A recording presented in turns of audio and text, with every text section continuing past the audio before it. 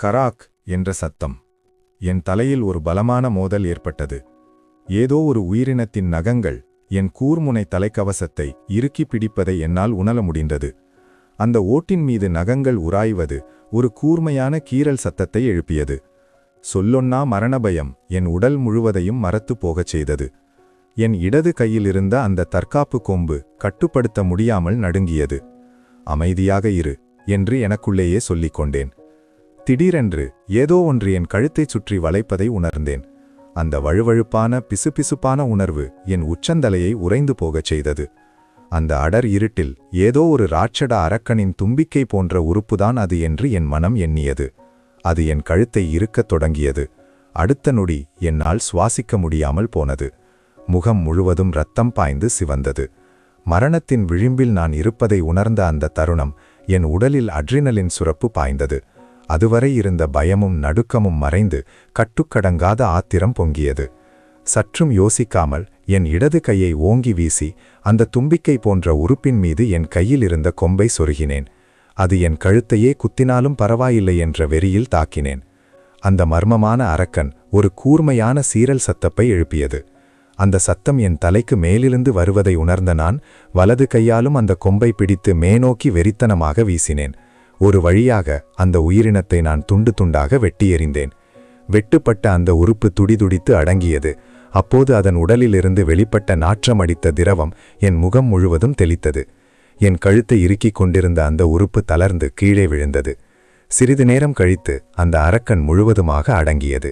ஆனால் என் தலைக்கவசத்தின் மீது இருந்த அந்த நகங்கள் இன்னும் அதை தளர்வில்லாமல் பிடித்து கொண்டிருந்தன.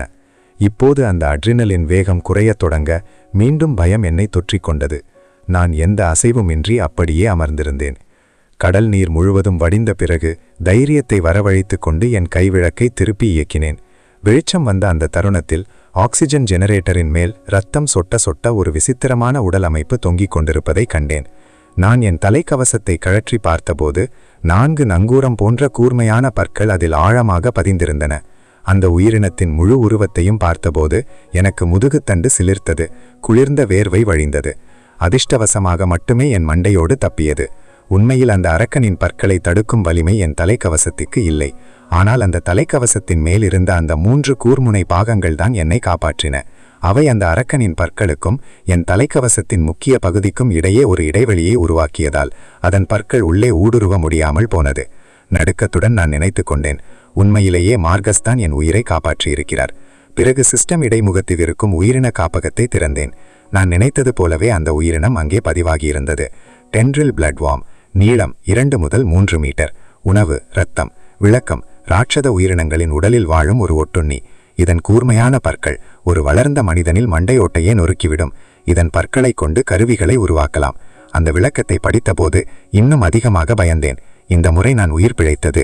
முன்கூட்டியே அந்த கூர்முனை தலைக்கவச வரைபடத்தை பெற்று அதை உருவாக்கியது நான் செய்த மிகப்பெரிய புண்ணியம். அது வெறும் அதிர்ஷ்டம்தான். திடீரென்று உணவு பாதையிலிருந்து கடல் நீர் பாயும் சத்தம் கேட்டது. மீன் இன்னும் தன் உணவை உண்டு முடிக்கவில்லை என்பது அப்போதுதான் எனக்கு நினைவுக்கு வந்தது. நான் உடனே தலைக்கவசத்தில் சிக்கியிருந்த அந்த புழுவின் தலையை பிடுங்கி எறிந்துவிட்டு மீண்டும் அதை அணிந்து கொண்டேன். ஆக்சிஜன் ஜெனரேட்டர்களுக்கு நடுவே இருந்த அந்த வி வடிவ பாதுகாப்பு பகுதிக்குள்ளேயே நான் ஒண்டிக்கொண்டேன். நல்ல வேளையாக மீன் சாப்பிட்டு முடிக்கும் வரை வேறு எந்த பிளட்வார்ம் புழுக்களும் என்னை தாக்கவில்லை. மீன் சாப்பிட்டு முடித்த பிறகு வெளியே வந்து பாசிகளை நகர்த்தவும் சிதறி கிடந்த கூர்முனை நண்டுகளை சேகரிக்கவும் தொடங்கினேன். இடையில் அவ்வப்போது கைவிளக்கை சார்ஜ் செய்து கொண்டேன். மீண்டும் அந்த இருட்டு மரண பயத்தை நான் விரும்பவில்லை. அரை மணி நேரத்துக்கு பிறகு எல்லா பாசிகளையும் செரிமான குழிக்குள் தள்ளிவிட்டேன். அந்த புழுவின் உடலையும் அங்கே வீசி எறிந்தேன். கணக்கு பார்த்தபோது இன்று எனக்கு மொத்தம் 58 கூர்முனை நண்டுகள் கிடைத்தன. அவற்றில் 8 நண்டுகள் உயிருடன் இருந்தன. மீனின் வான் மீச்சின் அவை அடிபடவில்லை. எனவே அவற்றின் ஓடுகள் சேதமடையாமல் இருந்தன. அதை வைத்து புதிய தலைக்கவசங்களை செய்யலாம். மீதமுள்ள 50 நண்டுகளின் ஓடுகள் புரி மாதிரி நொறுங்கி போயிருந்தன. அவை எதற்கும் உதவாது. எனவே அவற்றை பரிமாற்ற சந்தையில் கொடுத்துவிட முடிவு செய்தேன். உடனே சிஸ்டம் இடைமுகத்தில் மார்கஸின் சுயவிவரத்தை திறந்து அவருக்கு 3 நண்டுகளையும் புதிதாக செய்த ஒரு கூர்முனை தலைக்கவசத்தையும் பரிசாக அனுப்பினேன். சிறிது நேரத்தில் இன்றைய முதல் விநியோக பெட்டி வந்தது. டிங்! ஒரு இரும்பு தாது, ஒரு செப்பு தாது, மணல் மற்றும் கல் தூள் கிடைத்தன. உலோக தாதுக்கள் கிடைப்பதைக் கண்டு நான் ஆச்சரியப்பட்டேன். அடுத்ததாக என்னிடமுள்ள நண்டு மாமிசத்தை மற்றவர்களுடன் பரிமாறிக்கொள்ள திட்டமிட்டேன். சிறு கணக்கு போட்டு பார்த்தேன். இன்று எனக்கு இந்த உலகில் 4வது நாள். மற்றவர்களுக்கு ஒரு நாளைக்கு ஒரு பெட்டி வீதம் ஆரம்பத்தில் கொடுத்த பெட்டியையும் சேர்த்து மொத்தம் 5 பெட்டிகள் மட்டுமே கிடைத்திருக்கும். ஆனால் நான் மீனின் செரிமானத்தை வேகப்படுத்துவதால் எனது மீன் மற்ற மீன்களை விட 3 மடங்கு தூரம் நீந்துகிறது. நான் 2ஆம் நாளிலேயே நண்டுகளை சந்தித்தேன். எனவே மற்றவர்கள் இன்றுதான் அந்த நண்டுகள் வாழும் பகுதிக்கு வந்திருப்பார்கள் என்று ஊகித்தேன். உலகளாவிய அரட்டையை திறந்து பார்த்தேன். நான் நினைத்தது போலவே மக்கள் அதை பற்றி பேசிக் கொண்டிருந்தார்கள். அட பாவிங்களா, பல சென்டிமீட்டர் நீளம் கொண்ட இறால்கள் வருகின்றனவே, யாராவது இதை பார்த்தீர்களா என்று ஒருவர் கேட்டிருந்தார். அதற்கு கீழே சிலர், நண்பா, உனக்கு பசியால் ஏதும் பிரமையா என்று கிண்டல் செய்து கொண்டிருந்தனர். வெகு சிலரே அந்த நண்டுகளை சந்தித்திருக்கிறார்கள் என்பது புரிந்தது. எனக்குள் ஒரு அவசரம் பிறந்தது. இன்னும் சில நாட்களில் எல்லாருமே இந்த நண்டுகளை சந்திக்க தொடங்கிவிடுவார்கள். அப்போது இதன் மதிப்பு சுத்தமாக குறைந்துவிடும். எனவே கொஞ்சமும் யோசிக்காமல் என்னிடமிருந்த 50 நண்டுகளை 5 பகுதிகளாக பிரித்தேன். 5 வெவ்வேறு வகையான வர்த்தக முறைகளை உருவாக்கி அவற்றை நான் சந்தையில் பட்டியலிட்டேன். ஒவ்வொரு வகையிலும் 10 நண்டுகள் என பிரித்தேன். முதல் வகை, ஒரு வரைபடத்திற்கு ஒரு நண்டு. இரண்டாவது வகை, ஒரு டின் உணவு, ஒரு ரொட்டி மற்றும் ஒரு பாட்டில் தண்ணீருக்கு ஒரு நண்டு. மூன்றாவது வகை, ஒரு மருத்துவ பொருளுக்கு ஒரு நண்டு. நான்காவது வகை, 10 உலோக தாதுக்களுக்கு ஒரு நண்டு. ஐந்தாவது வகை, 50 அடிப்படை மூலப்பொருட்களுக்கு ஒரு நண்டு. பிறகு உலகளாவிய அரட்டையில் இப்படி பதிவிட்டேன். கூர்முனை நண்டு மாமிசம் விற்பனைக்கு உள்ளது. சந்தையை சரிபார்க்கவும்.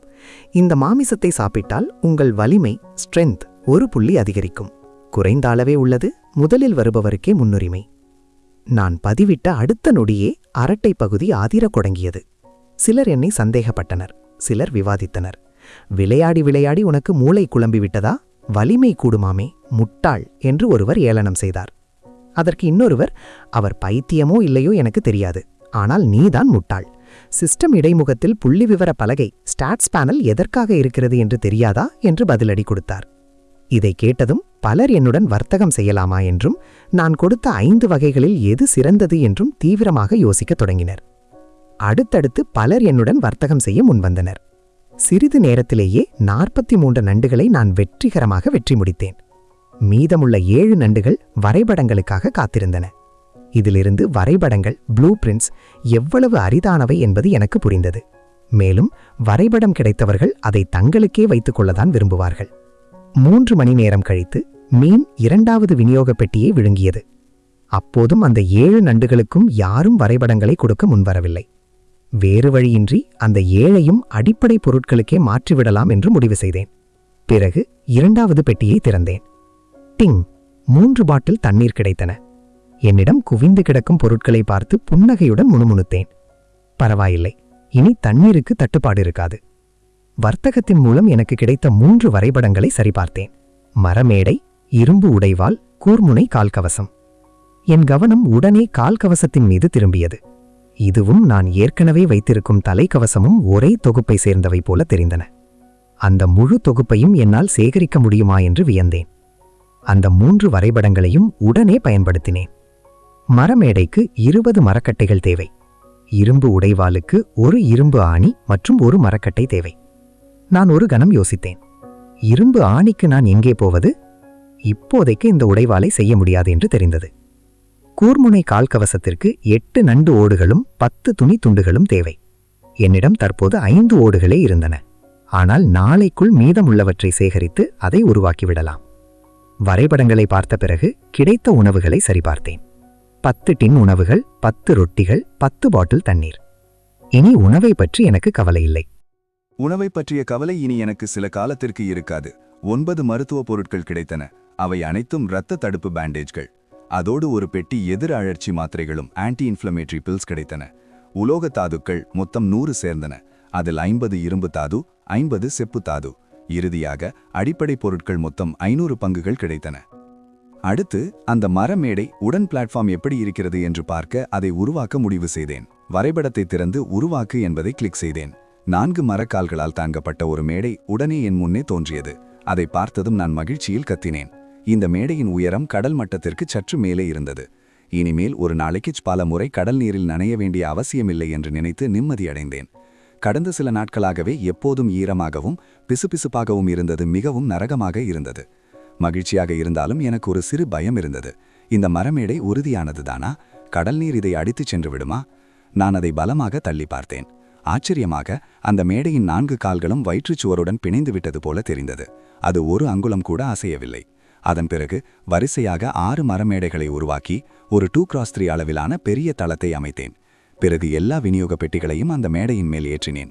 இனி அவை அடித்துச் செல்லப்படும் என்ற கவலை இல்லை. அப்போது எனக்கு அந்த சிறிய நடவு பெட்டி வரைபடம் நினைவுக்கு வந்தது. மேடை இல்லாததால் தான் முன்பு இதை உருவாக்க முடியவில்லையா என்று யோசித்தபடி உடனடியாக அதை உருவாக்க கிளிக் செய்தேன். அது வேலை செய்தது. அந்த நடவு பெட்டியில் தர்பூசணி விதையை நட்டேன். ஆனால் இங்கே சூரிய ஒளி இல்லையே. இந்த தர்பூசணி வளர எவ்வளவு காலம் எடுக்கும் என்று எனக்கு தெரியவில்லை. வேறு வேலை இல்லாததால் உலர்ந்த அந்த மரமேடையிலேயே படுத்து ஓய்வெடுத்தேன். 3 மணி நேரம் கழித்து 3வது விநியோக பெட்டி வந்தது. கடல் நீர் வடியும் வரை காத்திருந்து கீழே குதித்து அதை திறந்தேன். டிங்!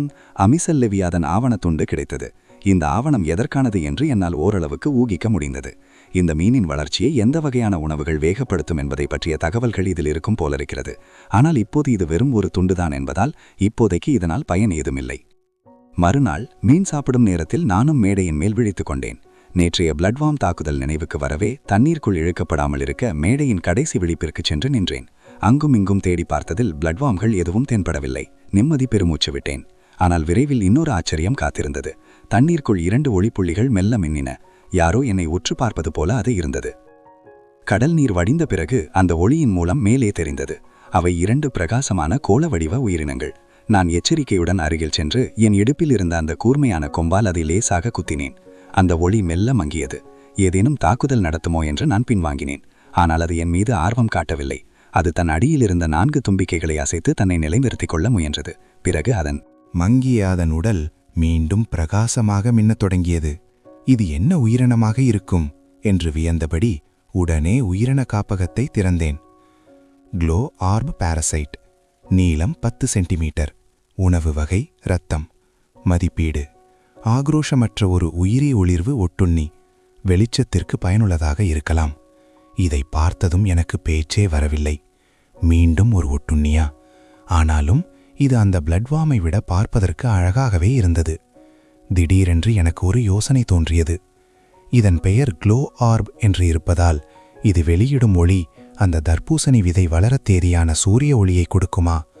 இந்த எண்ணம் வந்ததும் உற்சாகமடைந்து தரையிலிருந்து அதை மெதுவாக கையில் எடுத்தேன். அதற்கு இரத்தம் கிடைக்காததால் அதன் 4 தும்பிக்கைகளும் காற்றில் அலைவாயத் தொடங்கின. ஒளியும் மங்கியது. நான் உடனே அதை நடவு பெட்டியின் அருகே இருந்த வயிற்று சுவற்றில் கொண்டு போய் வைத்தேன். அதன் தும்பிக்கைகள் உடனே சதையை பற்றி கொண்டன. இரத்தத்தை உறிஞ்சத் தொடங்கியதும் அது மீண்டும் பிரகாசமாக மின்னியது. இது வேலை செய்து தர்பூசணி விதை முளைக்க உதவ வேண்டும் என்று மனதார வேண்டிக் கொண்டேன். மற்றொன்றையும் எடுத்து அருகிலேயே ஒட்டி வைத்தேன். சிறிது நேரத்தில் மீன் முதல் வேளை உணவை முடித்தது. இந்த முறை பிளட்வார்ம் போன்ற தாக்குதல் நடத்தும் உயிரினங்கள் எதுவும் வரவில்லை. வெறும் 5 கூர்முனை நண்டுகள் மட்டுமே வந்தன. அவற்றை எளிதாக கையாண்டேன். பாசிகளை நகர்த்தி முடித்த பிறகு மற்றவர்களின் நிலையை அறிய உலகளாவிய அரட்டையை திறந்தேன். நான் பயந்தது போலவே பெரும்பாலான மக்கள் கூர்முனை நண்டுகளை சந்திக்க தொடங்கிவிட்டனர். அதோடு ஒரு கெட்ட செய்தியும் காத்திருந்தது. யாரோ ஒருவன் பாசிகளை செரிமான குழிக்குள் தள்ளினால் மீன் அதிக தூரம் நீந்துமோ என்று ஒரு சந்தேகத்தை கிளப்பியிருந்தான். அந்த நொடியே அரட்டை பகுதியில் விவாதம் அனல் பறந்தது. எனக்குள் ஒரு நெருக்கடி நிலை உருவானது.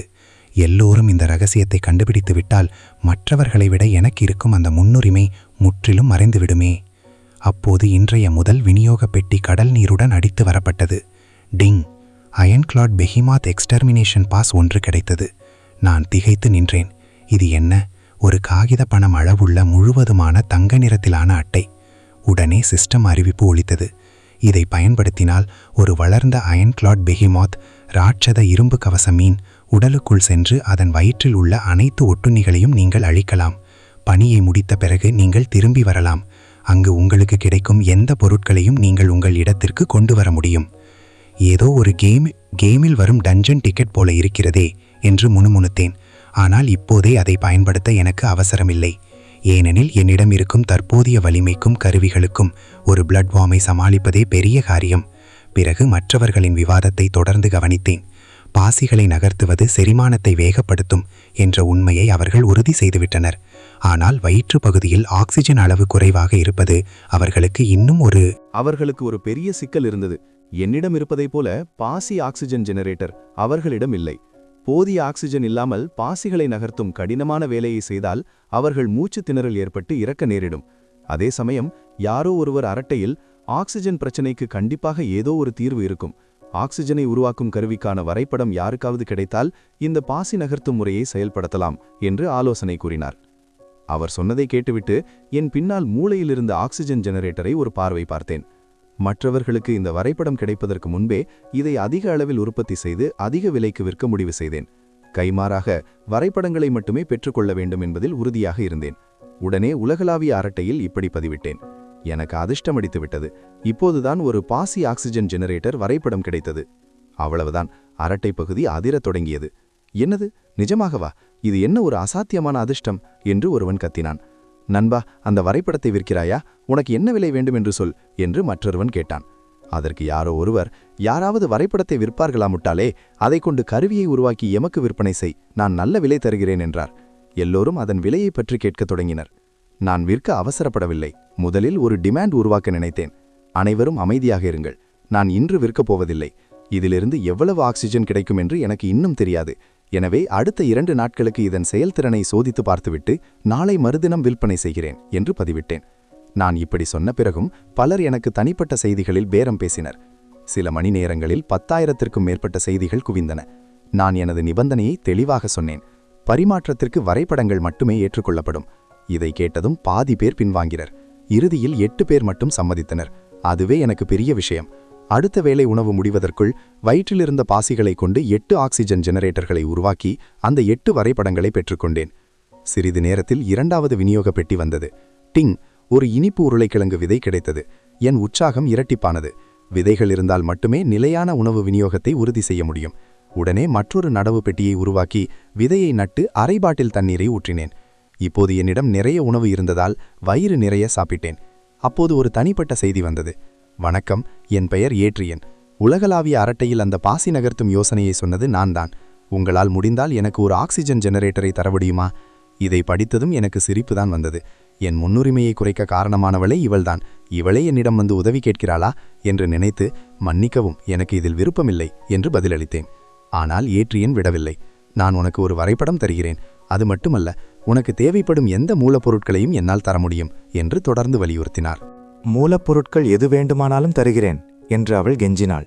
ஆனாலும் என் பதில் இல்லை என்பதாகவே இருந்தது. ஆனால் அவள் விடுவதாக இல்லை. மற்றவர்களை விட நீங்கள் முன்னிலையில் இருக்க விரும்புவது எனக்கு புரிகிறது. ஆனால் இந்த தெரியாத உலகில் தனி ஒருவனாக வெகு தூரம் முன்னேறிச் செல்வது நல்லதல்ல. நீங்கள் எவ்வளவு தூரம் செல்கிறீர்களோ அவ்வளவு தூரம் ஆபத்து உங்களை நெருங்கும்.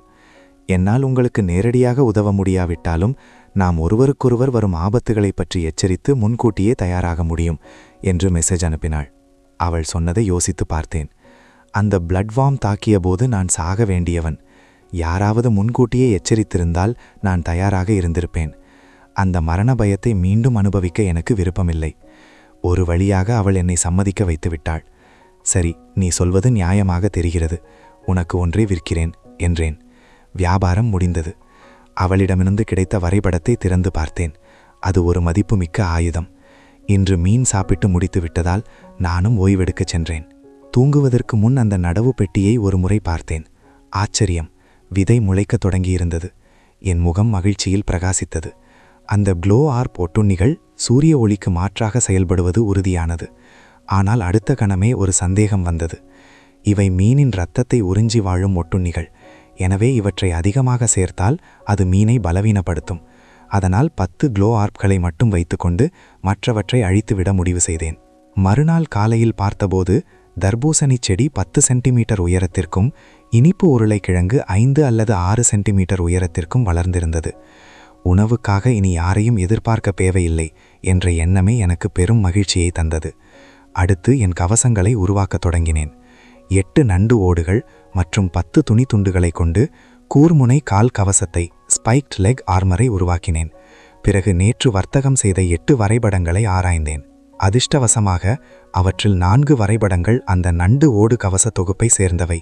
Spiked shell lobster armour set, கூர்முனை இடைக்கச்சை, ஸ்பைக்ட் பெல்ட், கூர்முனை காலணிகள், ஸ்பைக்ட் பூட்ஸ், மணிக்கட்டு கவசம், ஸ்பைக்ட் பிரேசர்ஸ் மற்றும் இடுப்பு பகுதி கவசம், ஸ்பைக்ட் கிராயின் கார்டு. இதை பார்த்ததும் என் சிரிப்பை அடக்க முடியவில்லை. இப்போது என்னிடம் மீதம் இருந்த 10 ஓடுகளை கொண்டு இடுப்பு கவசத்தையும் காலணிகளையும் உடனடியாக உருவாக்கினேன். இப்போது என் உடலில் 4 கவச பாகங்கள் இருந்தன. ஆனால் அவற்றை அணிந்ததும் என் உடல் கனமாக இருப்பதை உணர்ந்தேன். இது ஒரு பெரிய சிக்கல். இன்னும் மிஞ்சியிருக்கும் 2 பாகங்களையும் உருவாக்கி அணிந்தால் என் உடல் அந்த எடையை தாங்காது. என் புள்ளிவிவர பலகையை திறந்து பார்த்தேன். சாதாரண மனிதனின் சராசரி அளவு 10 என்று இருக்க என் வலிமை ஸ்ட்ரெங்த் அதைவிட குறைவாக இருந்தது. அதாவது முழு கவசத்தையும் அணிந்து தடையின்றி செயல்பட வேண்டுமென்றால் நான் என் வலிமையை அதிகரிக்க வேண்டும். தோராயமாக கணக்கு போட்டதில் என் வலிமையை நான் இன்னும் குறைந்தது 15 புள்ளிகளுக்காவது என் வலிமையை உயர்த்த வேண்டும் என்ற முடிவெடுத்தேன். சிறிது நேரத்திலேயே கடல் நீர் உள்ளே பாயத் தொடங்கியது. இன்றைய முதல் விநியோக பெட்டியும் வந்து கொண்டிருந்தது. திடீரென்று தண்ணீருக்கு அடியில் ஏதோ ஒன்று மின்னல் வேகத்தில் பாய்ந்து சென்று மேற்பரப்பில் நீரை தெறிக்கவிட்டது. நான் அனிச்சையாக மரமேடையின் உட்புறத்திற்கு பின்வாங்கி அந்த உயிரினத்தின் நிழலை தேறினேன். என் முகம் இப்போது மிகவும் தீவிரமாக இருந்தது. மீன் உணவு உண்ணும்போது பாசிகளோடு மட்டும்தான் உயிரினங்கள் வரும் என்று நினைத்தேன். ஆனால் விநியோக பெட்டிகளை விழுங்கும் போதும் உயிரினங்கள் உள்ளே வரக்கூடும் என்று இப்போது புரிந்தது. நல்ல வேளையாக அந்த உயிரினம் என்னை தாக்கும் நோக்கத்தில் இல்லை. மாறாக இந்த இடுக்கமான இடத்திலிருந்து எப்படியாவது தப்பிக்க வேண்டும் என்ற துடிப்பில் அங்கும் இங்கும் குதித்து கொண்டிருந்தது. சிறிது நேரம் கழித்து கடல் நீர் முழுவதுமாக வடிய தரையில் 1 மீட்டர் நீளமுள்ள ஒரு மின்னும் பட்டை போன்ற மீன் துள்ளிக் கொண்டிருப்பதை கண்டேன். சிறிது நேரத்தில் அதன் ஆற்றல் தீர்ந்து அதன் ஒளியும் மங்கியது. நான் எச்சரிக்கையுடன் அதன் அருகில் சென்று அதை தூக்கினேன். அது அவ்வளவு கனமாக இல்லை. சுமார் 20 கிலோ எடை இருக்கும். உடனே உயிரின காப்பகத்தை திறந்தேன். சில்வர் ஸ்கேல் டாட்ஃபிஷ், நீளம் 1 மீட்டர், விளக்கம் வழுவழுப்பான தோல், தண்ணீரில் மிக வேகமான பயணம். இது மோதினால் எலும்புகளும் தசைகளும் பாதிக்கப்படும். பலமாக மோதினால் உள்ளுறுப்புகளுக்கே சேதம் ஏற்படும். இதன் மாமிசம் உறுதியானது. இதன் தோலை கொண்டு டைவிங் சூட் செய்யலாம். இந்த விளக்கத்தை படித்ததும் நான் ஏற்கனவே மரமேடையை உருவாக்கியதற்காக இறைவனுக்கு நன்றி சொன்னேன். தண்ணீருக்குள் இருக்கும்போது இது என் மீது மோதியிருந்தால் அதன் விளைவை நினைத்து பார்க்கவே பயமாக இருந்தது. மேலும் இந்த மீன் உண்ணக்கூடியது என்று தெரிந்தது. இதுவும் அந்த நண்டுகளைப் போல உடல் திறனை அதிகரிக்குமா என்று அறிய ஆவலாக இருந்தேன். தற்போது எனக்கு தேவையானது வலிமைதான். உடனே என் கையில் இருந்த கூர்மையான கொம்பை கொண்டு அந்த மீனை சஷிமி போல துண்டாக்கினேன். அதில் 3இல் 1 பகுதியை சாப்பிட்டதும் சிஸ்டம் அறிவிப்பு ஒலித்தது. டிங்! Silver scale டாட்ஃபிஷ் உண்ணப்பட்டது. உடல்வாகு 1 புள்ளி அதிகரித்தது. வேகம் 1 புள்ளி அதிகரித்தது. என் முகம் பிரகாசித்தது. நான் எதிர்பார்த்த வலிமை கிடைக்காவிட்டாலும் ஒரே நேரத்தில் 2 புள்ளிகள் கூடியது எனக்கு மிகுந்த மகிழ்ச்சியை தந்தது. அந்த சமயம் மார்க்கஸிடமிருந்து ஒரு செய்தி வந்தது. அலெக்ஸ், அன்று நீ கொடுத்த நண்டுகளுக்கும் தலைக்கவசத்திற்கும் மிக்க நன்றி. எனக்கு இப்போது ஒரு செய்முறை வரைபடம் கிடைத்தது. அதை உனக்கு அனுப்புகிறேன். நான் அதை பார்த்தேன். அது ஒரு உர தயாரிப்பு முறை. சரியான நேரம். உரம் இருந்தால் நடவு பெட்டியில் இருக்கும் பயிர்களின் வளர்ச்சியை இன்னும் வேகப்படுத்தி விரைவில் உணவில் தன்னிறைவு அடைய முடியும். டிங்! அடிப்படை உரச் செய்முறை. இதற்கு ஒரு நொதித்தல் பீப்பாய், 5 அதிமதுர வேர்கள் மற்றும் 5 பங்கு மீன் கழிவுகள் தேவை. நான் ஒரு கணம் யோசித்தேன். என்னிடம் பீப்பாயும் அதிமதுரமும் இருந்தன. ஆனால் மீன் கழிவுகளுக்கு எங்கே போவது? செரிமான குழியிலிருந்து கழிவுகளை பெற முடியுமா? அப்போதுதான் முன்பு எனக்கு கிடைத்த கழிவு அள்ளும் கரண்டி வரைபடம் நினைவுக்கு வந்தது. இப்போது எல்லாம் தெளிவாக புரிந்தது. அந்த கரண்டி செரிமான குழியிலிருந்து கழிவுகளை அள்ளுவதற்குதான். கொஞ்சமும் தாமதிக்காமல் அந்த தற்காலிக கரண்டியை உருவாக்கத் தொடங்கினேன். 5 மரக்கட்டைகளை கொண்டு அந்த கரண்டியை செய்தேன். பிறகு நொதித்தல் பீப்பாயில் 5 பங்கு அதிமதுர வேர்களை போட்டேன். மெல்ல செரிமான குழியின் வெளிப்பிற்குச் சென்று அந்த கரண்டியை உள்ளே விட்டு அள்ளினேன். நான் வெளியே எடுத்தபோது அதன் முனையில் பச்சை நிறத்தில் பிசுபிசுப்பான ஒரு திரவம் நிறைந்திருந்தது. இதுதான் அந்த மீனின் கழிவாக இருக்க வேண்டும். உடனே அதை நொதித்தல் பீப்பாய்க்குள் ஊற்றினேன். அதன் நாற்றம் தாங்க முடியாத அளவில் இருந்ததால் சீக்கிரமாக பீப்பாயின் மூடியை போட்டு மூடினேன். இனி உரம் தயாராகும் வரை அமைதியாக காத்திருக்க வேண்டியதுதான். அதன் பிறகு ஏற்றியனிடமிருந்து வாங்கிய அந்த ஆயுத வரைபடத்தை கொண்டு ஒரு நீண்ட எலும்பு வாளை உருவாக்கினேன். இது முன்பு என்னிடமிருந்த கொம்பை விட பல மடங்கு சிறந்தது. பிறகு என்னிடமிருந்த சில்வர் ஸ்கேல் டாட்ஃபிஷ் மாமிசத்தை சந்தையில் பட்டியலிட்டேன். அதற்கு பதிலாக ஏதேனும் அரிய வகை வரைபடங்கள் கிடைக்குமா என்று பார்த்தேன். அடுத்த சில மணி நேரங்களில் அதிகப்படியான ஆக்சிஜன் ஜெனரேட்டர்களை உருவாக்கி உலகளாவிய அரட்டையில் அடிப்படை பொருட்களுக்காக வெறித்தனமாக பரிமாற்றம் செய்தேன். இப்போது பலருக்கு என் பெயர் தெரிந்துவிட்டது. இவனுக்கு மட்டும் இவ்வளவு நவீன பொருட்கள் கிடைக்கின்றன, இவனுக்கு ஏதேனும் ரகசிய சக்தி இருக்குமோ என்று மக்கள் பேசத் தொடங்கினர். அன்று கிடைத்த நண்டு ஓடுகளை வைத்து 20 கிலோ எடையுள்ள கூர்முனை மார்பு கவசத்தை வெற்றிகரமாக உருவாக்கினேன். அது எவ்வளவு கனமாக இருந்தாலும் தற்காப்பிற்காக நான் அதை அணிந்தே ஆக வேண்டும். தூங்குவதற்கு முன் செடிகளை பார்த்தேன். தர்பூசணி செடி கொடிவிடத் தொடங்கியிருந்தது. இது என் மனதிற்கு பெரும் நிம்மதியை தந்தது. நான் மீண்டும் விழித்தபோது இந்த உலகத்தில் எனது 7வது நாள் தொடங்கியிருந்தது. முதலில் நொதித்தல் பீப்பாயை திறந்தேன். கருநீல நிறத்திலான உருண்டைகள் அதிலிருந்து வெளியே தெரித்தன. நான் பயந்து போய் சட்டென விலகினேன். அப்போது என் மனதில் அறிவிப்பு ஒலித்தது. டிங்! 10 பங்கு அடிப்படை உரம் கிடைத்தது. இதை பயன்படுத்தினால் பயிர்களின் வளரும் காலம் 10% குறையும். என் முகம் மலர்ந்தது. 8 உருண்டைகளை ஒரு பெட்டியில் பத்திரப்படுத்திவிட்டு மீதமிருந்த 2ஐ நடவு பெட்டியில் போட்டேன். அவை மண்ணை தொட்டவுடன் திரவமாக மாறி உள்ளே இறங்கின. உரம் வேலை செய்ய தொடங்கிவிட்டது. சிறிது நேரத்தில் உணவு பாதையிலிருந்து கடல் நீர் பாயும் சத்தம் கேட்டது. மீன் சாப்பிடத் தொடங்கிவிட்டது. நான் என் எலும்பு வாளை கெட்டியாக பிடித்துக்கொண்டு வரப்போகும் ஆபத்தை எதிர்கொள்ள தயாராக குனிந்து நின்றேன். திடீரென்று நீரின் மேற்பரப்பு பயங்கரமாக கொந்தளித்தது. அதிலிருந்து சதை நிறத்திலான புழு போன்ற ஒரு நீண்ட உடல் வெறிப்பட்டது. அதை பார்த்ததும் என் இதயம் நின்றது. மற்றும் ஒரு பிளட்வார்ம். இதுதான் அன்று என்னை கொல்ல பார்த்தது. அந்த பழைய பயம் மீண்டும் என் உடல் முழுவதும் பரவியது.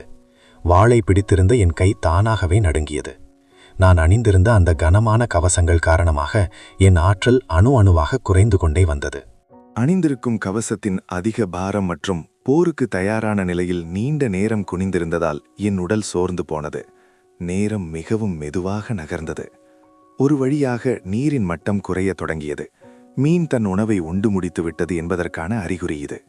நீர் முழுவதுமாக வடியும் வரை பொறுத்திருந்தால் நான் பாதுகாப்பாக இருப்பேன்.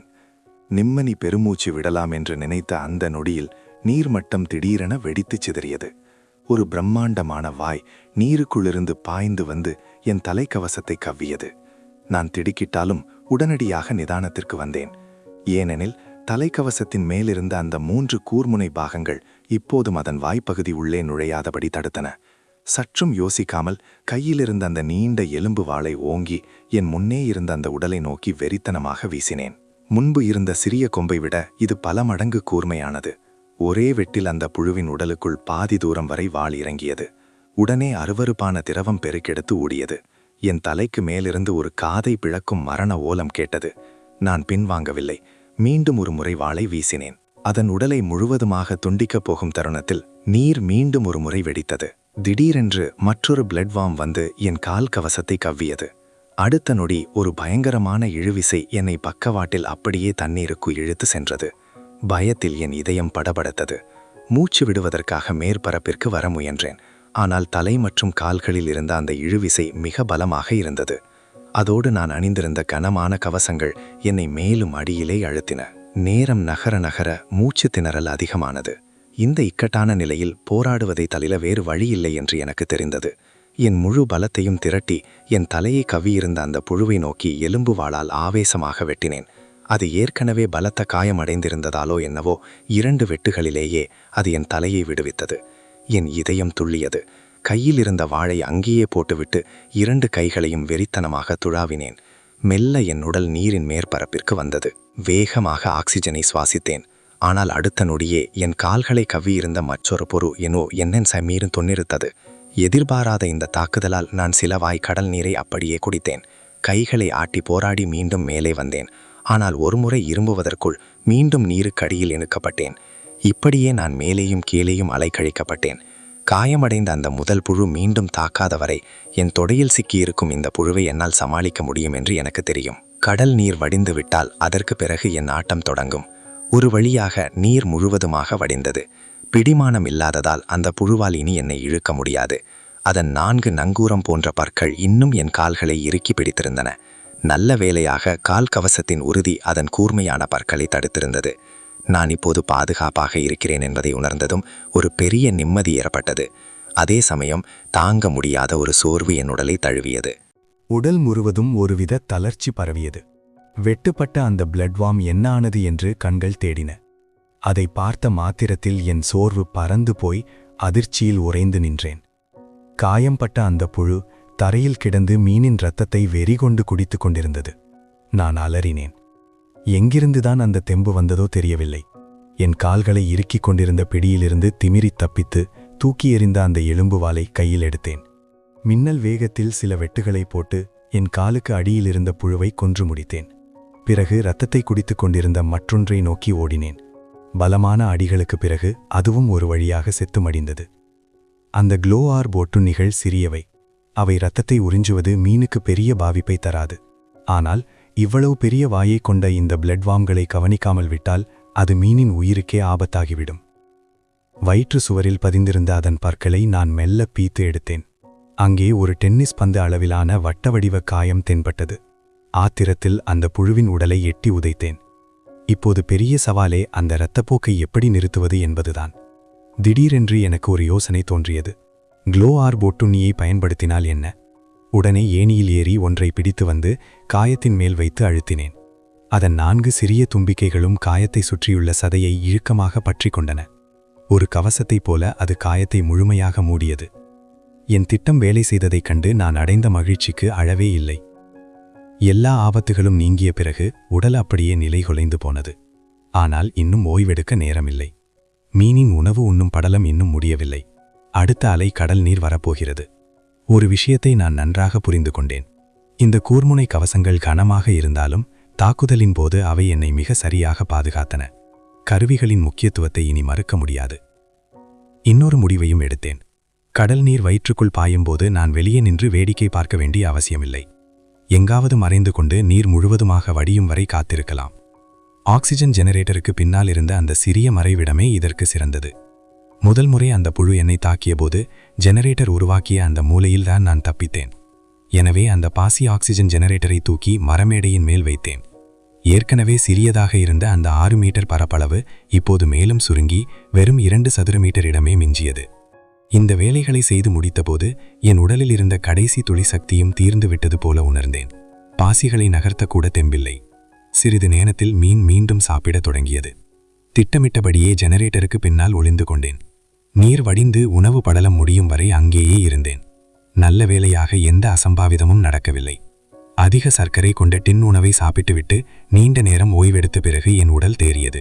பெரிய உயிரினங்கள் எதுவும் இல்லை என்பதை உறுதி செய்து கொண்டு நிம்மதியுடன் கீழே இறங்கி பாசிகளை நகர்த்தும் வேலையை தொடங்கினேன். 2 மணி நேரத்திற்கு பிறகு ஒரு வழியாக அந்த பாசிகள் அனைத்து பாசிகளையும் நகர்த்தி முடித்துவிட்டு ஓய்வெடுப்பதற்காக அந்த சிறிய மரமேடைக்கு மேல் ஏறினேன். மீனின் அடுத்த வேளை உணவிற்கு இன்னும் 3 மணி நேரம் இருந்தது. அப்போது ஏற்றியனிடமிருந்து ஒரு செய்தி வந்தது. அலெக்ஸ், நான் உன்னிடம் ஒரு வர்த்தகம் செய்ய விரும்புகிறேன். ஏற்கனவே உடல் ரீதியாக நான் மிகவும் சோர்வாக இருந்ததால் அவளிடம் கனிவாக பேசும் நிலையில் நான் இல்லை. உனக்கு 2வது ஆக்சிஜன் ஜெனரேட்டர் வேண்டுமென்றால் வரைபடங்களை மாற்றாக கொடு என்று நேரடியாக பதிலளித்தேன். அதற்கு ஏற்றியன், அலெக்ஸ், நீ தவறாக புரிந்து கொண்டாய். எனக்கு 20 ஆக்சிஜன் ஜெனரேட்டர்களும் ஒரு முழுமையான கூர்முனை நண்டு கவச தொகுப்பும் வேண்டும் என்றாள். இதை கேட்டதும் எனக்கு சிரிப்புதான் வந்தது. இவளுக்கு என்ன பைத்தியமா என்று நினைத்தேன். ஆனால் அவள் அடுத்த செய்தியை அனுப்பினாள். நான் எதை தருகிறேன் என்று முதலில் பார். கோல்டன் சில்க் ஃப்ரூட், அதாவது தங்க இழைப்பாசியின் விதை. இதை சாப்பிட்டால் உனக்கு 5 புள்ளிகள் வலிமை கூடும். இதை படித்ததும் என் உடல் சிலிர்த்தது. 5 புள்ளிகள் வலிமை, அதுதான் இப்போது எனக்கு மிக அவசியமான ஒன்று. அந்த 5 புள்ளிகள் கிடைத்துவிட்டால் 100 கிலோ எடையுள்ள இந்த கனமான கவசங்களை என்னால் சுலபமாக சுமக்க முடியும். இந்த உலகில் நான் இருக்கும் 7வது நாளான இன்று என்னிடம் முழுமையான கவச தொகுப்பு இருந்தும் என் குறைவான வலிமையால் அது எனக்கு பெரும் சுமையாக இருந்தது. அந்த தங்க இலை பாசியின் விதை எனக்கு கிடைத்தால் நிலைமையே மாறிவிடும். உடனே நான் என்னிடமிருந்த பாசி நடவு பெட்டி வரைபடத்தை திறந்து அதை உருவாக்கினேன். அது சாதாரண ஆக்சிஜன் ஜெனரேட்டரை விட 2 மடங்கு பெரியதாக இருந்தது. 2 மணி நேரம் கழித்து மீன் 2வது விநியோக பெட்டியை விழுங்கிய போது அந்த நடவு பெட்டியில் தானாகவே கடல் நீர் நிரம்பியது. நான் மிகவும் கவனமாக அந்த தங்க இழை பாசியின் விதையை அதில் நட்டேன். பிறகு அந்த விநியோக பெட்டியை திறந்தேன். டிங், உபகரண ஸ்லாட் ஒன்று கிடைத்தது. நான் அப்படியே உறைந்து நின்றேன். என் தனிப்பட்ட புள்ளி விவர பலகையில் ஒரு புதிய பெட்டி தோன்றியது. இந்த உபகரண ஸ்லாட்டில் ஒரு கவசத்தையோ அல்லது ஆயுதத்தையோ சேமித்து வைக்கலாம் என்ற அறிவிப்பு வந்தது. மகிழ்ச்சி என் உடல் முழுவதும் பரவியது. என்னிடமிருந்த மிக கனமான கூர்முனை மார்பு கவசத்தை அந்த ஸ்லாட்டில் வைக்க முயன்றேன். ஒரு நீல நிற ஒளி மின்னியது. அடுத்த கணம் என் உடலில் இருந்த கவசம் மறைந்து அந்த ஸ்லாட்டுக்குள் சென்றது. மீண்டும் ஒரு முறை நினைத்தபோது அது உடனடியாக என் உடலில் வந்து அமர்ந்தது. இது என்ன ஒரு அற்புதம் என்று வியந்தேன். இது போன்ற ஸ்லாட்டுகள் இன்னும் அதிகமாக கிடைத்தால் எவ்வளவு நன்றாக இருக்கும். அடுத்த விநியோக பெட்டிக்காக காத்திருந்த 3 மணி நேரத்தில் தொடர்ந்து ஆக்சிஜன் ஜெனரேட்டர்களை உருவாக்கி அடிப்படை பொருட்களுக்காக மற்றவர்களுடன் வர்த்தகம் செய்தேன். ஆக்சிஜன் இல்லாமல் பாசிகளை நகர்த்தினால் மூச்சு திணறல் ஏற்படும் என்பதை இப்போது மற்ற தப்பிப்பிழைத்தவர்கள் உணர்ந்துவிட்டனர். அதனால் எனது அன்றாட வர்த்தகம் மிக பிரம்மாண்டமாக இருந்தது. என்னிடமிருந்த 20க்கும் மேற்பட்ட விநியோக பெட்டிகள் முழுவதுமாக நிரம்பி வழிந்தன. இவ்வளவு பொருட்களை எங்கே வைப்பது என்று நான் கவலைப்படத் தொடங்கிய அந்த தருணத்தில் அந்த மீன் இன்றைய 3வது விநியோக பெட்டியில் சேமிப்பு அலமாரி வரைபடம் கிடைத்தது. அதை பார்த்ததும் நான் திகைத்து நின்றேன். பிறகு அளவில்லா மகிழ்ச்சி ஏற்பட்டது. தெய்வமே எனக்கு உதவி செய்கிறது என்று கூவினேன். அந்த வரைபடத்தை திறந்து பார்த்தேன். ஒரு சேமிப்பு அலமாரியை உருவாக்க வெறும் 20 மரக்கட்டைகள் மட்டுமே தேவைப்பட்டன. இது மிகவும் எளிது. உடனே அதை உருவாக்கினேன். பெட்டியிலிருந்து 20 மரக்கட்டைகள் வெளியே பறந்து வந்து அந்தரத்தில் ஒன்றிணைந்து 2 மீட்டர் உயரமும் 1 மீட்டர் அகலமும் கொண்ட ஒரு மர அலமாரியாக மாறியது. அந்த வரைபடத்தின் விளக்கப்படி இந்த அலமாரிக்குள் 100 அடுக்குகள் ஸ்லாட்ஸ் இருந்தன. ஒவ்வொரு அடுக்கிலும் 100 அலகுகள் வரையிலான பொருட்களை சேமிக்கலாம். அதாவது ஒரே ஒரு அலமாரிக்குள் 10,000 அடிப்படை மூலப்பொருட்களை வைக்க முடியும். என்னிடம் இருந்த மொத்த பொருட்களோ 3000 மட்டுமே. இது அந்த அலமாரியின் கொள்ளளவில் பாதிக்கும் குறைவுதான். எல்லாவற்றையும் விட முக்கியமாக இந்த அலமாரி மேடையில் மிக குறைந்த இடத்தையே எடுத்துக்கொண்டது. அதை வைத்த உடனேயே என்னிடம் இருந்த 22 விநியோக பெட்டிகளிலும் இருந்த எல்லா பொருட்களையும் அந்த அலமாரிக்கு மாற்றினேன். பிறகு காலியான பெட்டிகளை செரிமான குழிக்குள் வீசி எறிந்தேன். இந்த உலகில் 8வது நாள். கண் விழித்தவுடன் தங்க இழை பாசியை சோதித்தேன். நடவு பெட்டியில் எந்த மாற்றமும் இல்லை. எனக்கு சற்று ஏமாற்றமாக இருந்தாலும் அது ஆச்சரியத்தை அளிக்கவில்லை. 5 புள்ளிகள் வலிமையை தரும் ஒரு கனியானது மற்ற பயிர்களை விட வளர்வதற்கு அதிக காலம் எடுக்கும் என்பது நியாயம்தான். அடுத்து சிறிய நடவு பெட்டியை பார்த்தபோது மகிழ்ச்சி ஏற்பட்டது. தர்பூசணி கொடிகளில் பூக்கள் பூத்திருந்தன. இதே வேகத்தில் போனால் விரைவில் இனிப்பான தர்பூசணியை சாப்பிடலாம். விநியோக பெட்டிகளில் பெரும்பாலும் காய்ந்த ரொட்டிகளே கிடைத்தன. எப்போதாவது கிடைக்கும் பழங்களையும் டின்களையும் சாப்பிட எனக்கு மனமில்லை. கடந்த சில நாட்களாகவே இந்த ரொட்டியை தின்று தின்று எனக்கு சலித்துவிட்டது. எப்போதுதான் என் உணவு முறை மாறுமோ என்று முணுமுணுத்தேன். என் நாக்கு உப்பு சுவைக்காகவும் காரமான உணவிற்காகவும் ஏங்கியது.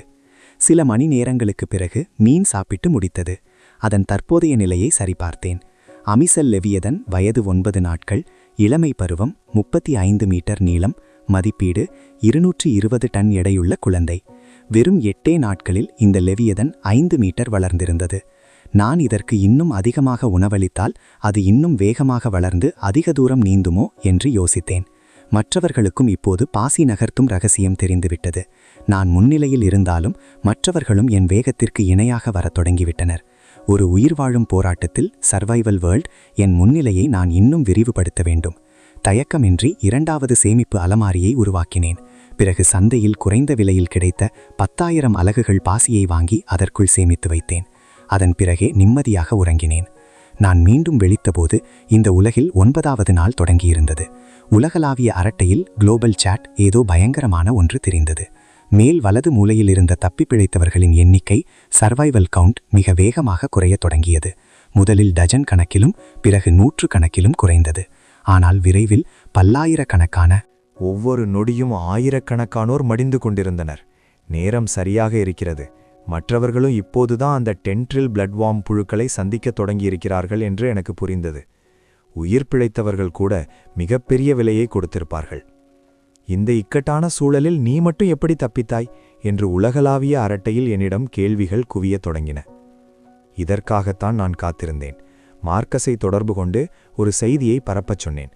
கூர்முனை தலைக்கவசங்கள், ஸ்பைக்ட் ஹெல்மெட்ஸ், பிளட்வார்ம்களின் தலைமீதான தாக்குதலை தடுத்து உங்களை காப்பாற்றும். அடுத்த சில நிமிடங்களில் சேனலே அதிரத் தொடங்கியது. மக்கள் மார்க்கஸை மொய்க்கத் தொடங்கினர். நான் என் தலைக்கவச வரைபடத்தை அவரிடம் கொடுத்து தினமும் அதை அதிக அளவில் உற்பத்தி செய்து வர்த்தகம் செய்யச் சொன்னேன். ஒரு தலைக்கவசத்தின் விலை 100 அடிப்படை மூலப்பொருட்கள் அல்லது 10 பங்கு உணவு, தண்ணீர், உலோக தாதுக்களையும் மாற்றாக தரலாம். இதன் மூலம் என் சேமிப்பு மீண்டும் பிரம்மாண்டமாக பெருகியது. மார்க்கஸுக்கும் அதில் ஒரு பங்கை கொடுத்தேன். இன்றைய 2வது விநியோக பெட்டி வந்தபோது அதை திறந்து பார்த்த எனக்கு பரவசம் தொற்றிக்கொண்டது. உள்ளே இன்ஸ்டன்ட் நூடல்ஸ் இருந்தது. அப்பாடா, ஒரு வழியாக உப்பு சுவை கொண்ட உணவு என்று கத்தினேன். இந்த சூழலில் இது வெறும் நூடல்ஸ் அல்ல, எனக்கு இது ஒரு பெரிய விருந்து. ஒரு பெட்டியின் மேல் அமர்ந்து தண்ணீரை ஊற்றி பல நாட்களாக சேர்த்து வைத்திருந்த அந்த ஹீட்டிங் பேக்கை அடியில் வைத்தேன். அதில் நண்டு மாமிச துண்டுகளையும் சேர்த்து ஒரு ஹாட்பாட் போல சமைத்து சாப்பிட்டேன். இந்த உலகிற்கு வந்த பிறகு நான் அனுபவித்த மிக மகிழ்ச்சியான நாள் இதுதான். 10வது நாளில் எதிர்பாராத சிக்கல் மீண்டும் வந்தது. விநியோக பெட்டி வழக்கமான நேரத்திற்கு வரவில்லை. 1 மணி நேரம் காத்திருந்தேன். அப்போதும் வரவில்லை. ஆனால் மற்றவர்களோ தங்களுக்கு கிடைத்த புது பொருட்களை அரட்டையில் காட்டி பெருமை பேசிக் கொண்டிருந்தனர். அப்படியானால் எனக்கு மட்டும்தான் ஏதோ ஒரு பிரச்சனை ஏன் என்று நான் தீவிரமாக யோசித்தபோது உணவு பாதையின் சவ்வுத்திரை, எசோஃபேஜியல் பாசேஜ் மெம்ப்ரேன், திடீரென திறந்தது. நான் விழிப்புடன் கவனித்தேன். விநியோக பெட்டிதான் வருகிறது என்று நினைத்தேன். ஆனால் முன்பைப் போல தண்ணீர் உள்ளே பாயவில்லை. என்ன நடக்கிறது? இதற்கு முன் இப்படி நடந்ததே இல்லையே என்று என் மனம் குழம்பியபோது அந்த மீனின் எண்ணங்கள் என் மனதில் எதிரொலித்தன. ஒரு வழியாக ஒரு புதையல் குகையை கண்டுபிடித்து விட்டேன். அந்த சிறிய மனிதன் ஏன் இன்னும் வெளியே வரவில்லை? நான் அதிர்ந்து போனேன். நான் அதன் வயிற்றில் வாழ்வது அந்த மீனுக்கு தெரிந்திருக்கிறது. இப்போது நான் தற்காலிகமாக வெளியே வந்து அங்கிருக்கும் புதையல்களை தேட வேண்டும் என்றது விரும்புகிறது. ஆனால் எனக்குள் நடுக்கம் ஏற்பட்டது. இத்தனை நாட்களில் நான் வெளியே இருக்கும் மர்ம உலகை பார்க்கப் போவது இதுவே முதல் முறை. ஏதுமே தெரியாமல் வெளியே செல்வது ஆபத்தானது. ஆனால் மீன் குறிப்பாக புதையல் குகை என்று சொன்னதால் இந்த பயணம் தவிர்க்க முடியாதது. முதலில் ஒரு மரக்கேடயத்தை உருவாக்கி அதை உபகரண ஸ்லாட்டில் வைத்தேன். பிறகு என் கூர்முனை கவசங்களை அணிந்து எலும்பு வாளை கெட்டியாக பிடித்துக்கொண்டு முழு தயார் நிலையில் இருந்தேன். மெதுவாக அந்த உணவு பாதைக்குள் நுழைந்தேன். அந்த பாதையின் விட்டம் சுமார் 1.5 மீட்டர் இருந்தது. நான்